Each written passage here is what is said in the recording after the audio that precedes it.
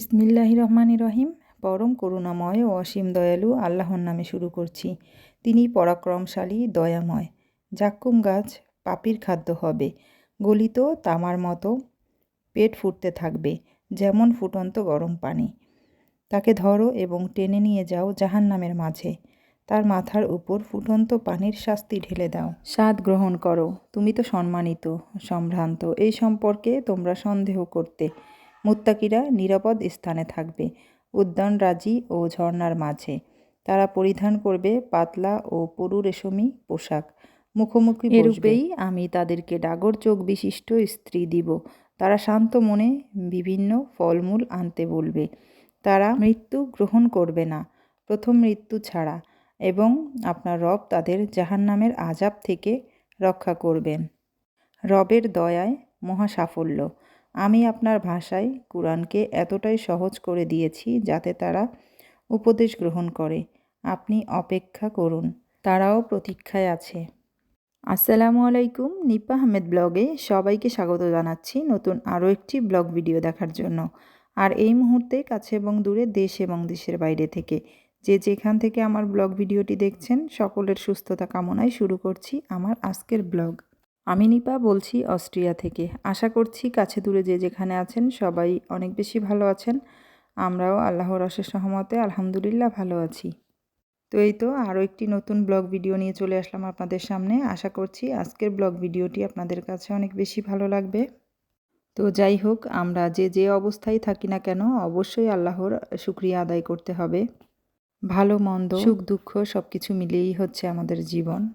তো যাই হোক, পৃথিবীর প্রত্যেকটা দেশের অবস্থাই আসলে অনেক বেশি খারাপ। প্রত্যেকটা দেশের উপর দিয়েই অনেক বেশি বিপদ চলে আসতেছে। এই তো আমাদের বাংলাদেশেই একটার পর একটা বিপদ আসতেই আছে। বিপদ যেন আমাদের নিত্যদিনের সঙ্গী হয়ে গিয়েছে। তো কিছুদিন আগেই দেখা গিয়েছে রক্তের বন্যা বয়ে গিয়েছে, তারপর হচ্ছে আবার পানির বন্যা, এখন আবার শুরু হয়ে গিয়েছে ঘূর্ণিঝড়। তো সব কিছু মিলিয়ে আসলে বাংলাদেশের অবস্থা অনেক বেশি খারাপ। তো আমাদের এখানেও অবস্থা অনেক বেশি খারাপ। শহরের বাইরের দিকে বন্যা হয়ে গিয়েছে, আবার শহরের বাইরে গ্রাম সাইডের দিকে অনেক বেশি বরফ পড়ছে। আসলে এই সময়ে কখনো এমন বরফ পড়ে না।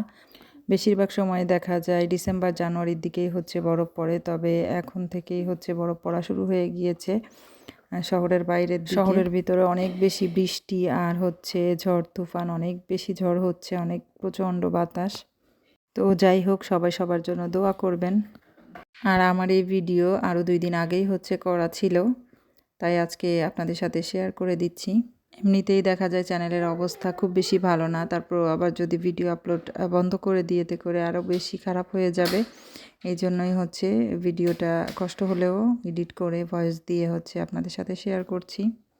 তো যেহেতু 3-4 দিন থেকেই হচ্ছে বৃষ্টি হচ্ছে, তো বৃষ্টির দিনে তো বেশিরভাগই দেখা যায় আমরা খিচুড়ি খেতেই অনেক বেশি পছন্দ করি। তো এখানেই তো আমি খিচুড়ি রান্না করে নিব।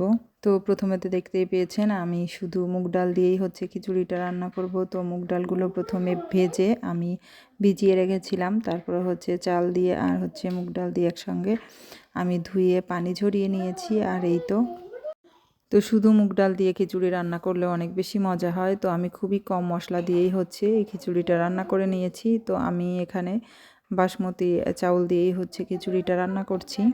তো আজকের খিচুড়িতে আমি এখানে কোনো গুঁড়ামরিচ ব্যবহার করছি না। প্রথমেই তো দেখে নিয়েছেন তেল দিয়ে, তারপর হচ্ছে গোটা গরম মশলা দিয়েছি, তারপর হচ্ছে এখানে আমি কুচানো পেঁয়াজ দিয়েছি, তার মধ্যে হচ্ছে দিয়ে দিয়েছিলাম 2-1টা রসুন কুচি।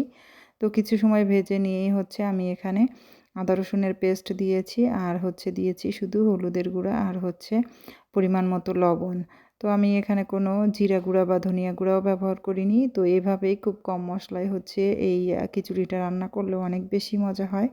তো চাইলে আপনারাও এভাবে একবার হলেও ট্রাই করে দেখতে পারেন। আশা করছি ইনশাল্লাহ আপনাদের কাছে অনেক বেশি মজা লাগবে। তো আমি অফ ক্যামেরাতে অনেক সময় হচ্ছে চাউলগুলো ভেজে নিয়েছি। খিচুড়ি রান্নার ক্ষেত্রে যদি চাল আর হচ্ছে ডাল খুব ভালোভাবে ভেজে নেওয়া হয় তো সুন্দর একটা ফ্লেভার আসে আর খেতেও অনেক বেশি মজা হয়।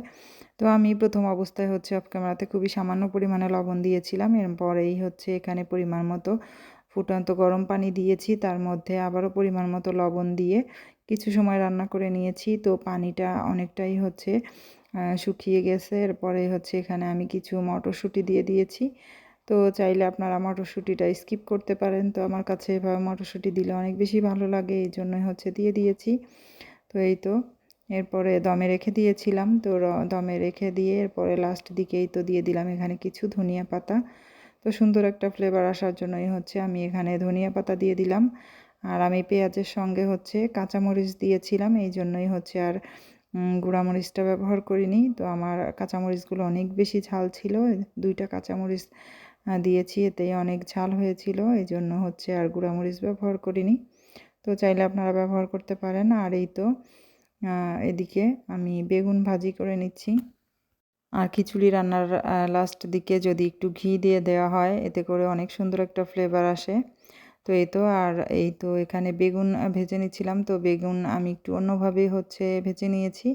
তো এখানে আমি বেগুনগুলোকে প্রথমে কেটে কিছু সময় পানিতে ভিজিয়ে রেখেছিলাম। তারপরে হচ্ছে আমি এখানে দিয়েছি হলুদের গুঁড়া, মরিচের গুঁড়া, আদা রসুনের পেস্ট, জিরা গুঁড়া, ধনিয়া গুঁড়া, সামান্য একটু গরম মশলা গুঁড়া, আর হচ্ছে দিয়েছি এখানে চাউলের গুঁড়া।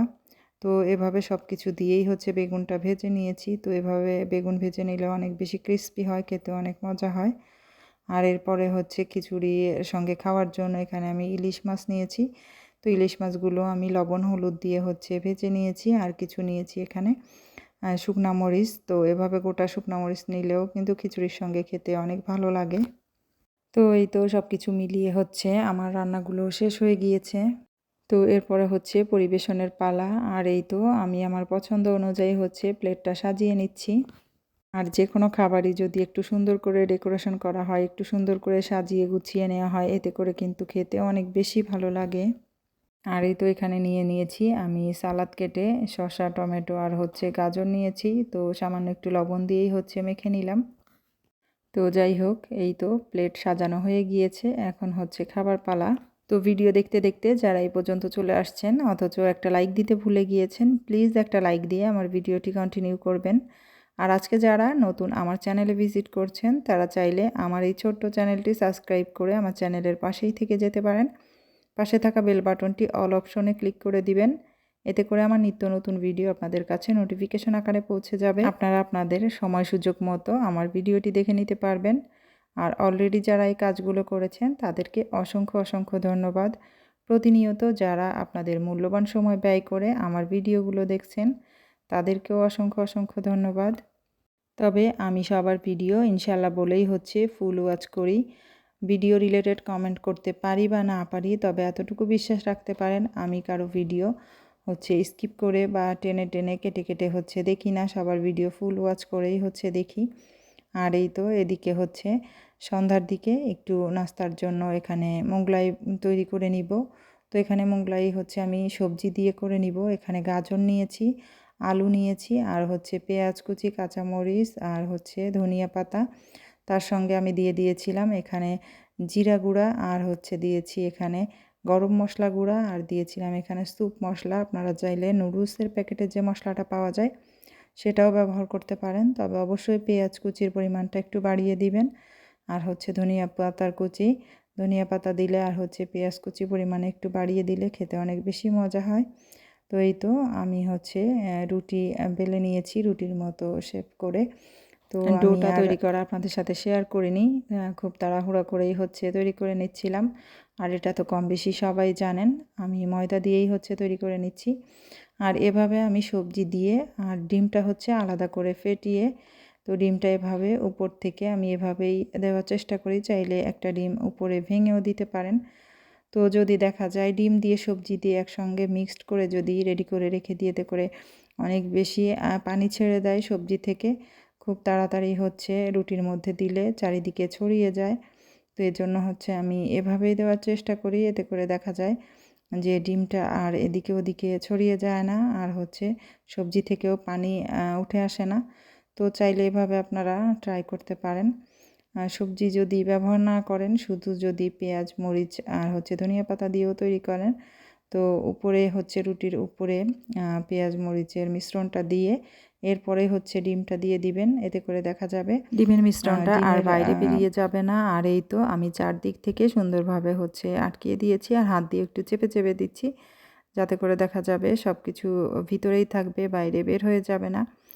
তো চাইলে এই টিপসগুলো ফলো করে হচ্ছে আপনারা মোগলাই তৈরি করতে পারেন। তো আমি হচ্ছে ওইভাবেও তৈরি করে দেখেছি। তো ওইভাবে দেখা যায় যদি ডিম দিয়ে সব কিছু দিয়ে যদি একবারে মেখে রাখি, এতে করে অনেক বেশি পানি ছেড়ে যায় আর হচ্ছে রুটির উপরে দেওয়ার সাথে সাথেই চারিদিকে ছড়িয়ে যায়। তো এই তো একে একে হচ্ছে আমি সবগুলো মোগলাই ভেজে নিচ্ছি। তো যেহেতু আমি ডো করার সময় হচ্ছে কালো জিরা ব্যবহার করেছিলাম, তো কালো জিরা ব্যবহার করলে অনেক বেশি ভালো লাগে খেতে। তো এই তো অফ ক্যামেরাতে সবগুলো মোগলাই হচ্ছে ভেজে নিয়েছি। তো এভাবে সবজি দিয়ে মোগলাই ডিম দিয়ে তৈরি করলে অনেক বেশি মজা হয়। চাইলে হচ্ছে মাংস দিয়েও করা যায়। তো যেহেতু হাতের কাছে মাংস ছিল না, তো এই জন্যই হচ্ছে আমি ডিম দিয়েই করে নিয়েছি। আর হচ্ছে মোগলাইয়ের সাথে খাওয়ার জন্য এখানে হচ্ছে সালাদ করে নিয়েছিলাম, টমেটো আর হচ্ছে শসা। তো অনেকেই হচ্ছে ভিডিওর মধ্যে এসে ভিডিও রিলেটেড কমেন্ট করতে বলে, তো এই জন্যই হচ্ছে এই কথাগুলো কম বেশি আমি বলে থাকি যে আমি সবার ভিডিও ফুল ওয়াচ করি, ভিডিও রিলেটেড কমেন্ট করি বা না করি। তবে আমার ভিডিও কে কতটুকু দেখলো বা না দেখলো এটা আসলে আমি কি আর বলবো। যাদের ভালো লাগবে তারা অবশ্যই ভিডিও ফুল ওয়াচ করবে, যাদের ভালো লাগবে অবশ্যই তারা লাইক দিবে। এখানে তো আসলে জোর করার কোনো কিছুই নেই, আর জোর করে তো আসলে কারো ভালোবাসাও পাওয়া সম্ভব না। যে আপুদের ভালো লাগবে অবশ্যই সেই আপুরা আমার ভিডিওগুলো দেখবে, যাদের ভালো লাগবে না তারা দেখবে না, এটাই স্বাভাবিক। তো যাই হোক, এই ভিডিও হচ্ছে আমি যে কোর্স করতে যাই, ক্লাস করতে যাই, তো সেখান থেকে হচ্ছে আসার পথেই হচ্ছে এই ভিডিওগুলো করেছিলাম। তো সেগুলোই হচ্ছে আপনাদের সাথে লাস্টের দিকে শেয়ার করে দিচ্ছি। তো শত ব্যস্ততার মাঝেও হচ্ছে চেষ্টা করি সবার ভিডিওগুলো ফুল ওয়াচ করার। তো যাই হোক, অনেক বেশি কথা বলে ফেলেছি। তো আমার ভুল ত্রুটিগুলো অবশ্যই সবাই ক্ষমা সুন্দর দৃষ্টিতে দেখবেন। আর আজকে আমার এই পুরো ব্লগ ভিডিওটি আপনাদের কাছে কেমন লেগেছে অবশ্যই কমেন্টস করতে ভুলবেন না। আর যে যেখানে আছেন সবাই অনেক বেশি দোয়া করবেন সবাই সবার জন্য। মহান আল্লাহ যেন আমাদেরকে এই মহাবিপদ থেকে রক্ষা করেন, আমাদেরকে হেফাজত করেন, সবাইকে যেন রক্ষা করেন। তো আজকে বাহিরের প্রাকৃতিক দৃশ্য দেখাতে দেখাতেই হচ্ছে আপনাদের থেকে বিদায় নিয়ে নিব। তো আবারও নতুন কোনো ব্লগ ভিডিও অথবা নতুন কোনো রেসিপি নিয়ে চলে আসবো আপনাদের সামনে। আর সেই পর্যন্ত সবাই অনেক অনেক বেশি ভালো থাকবেন, সুস্থ থাকবেন। আল্লাহ হাফেজ অ্যান্ড আসসালামু আলাইকুম।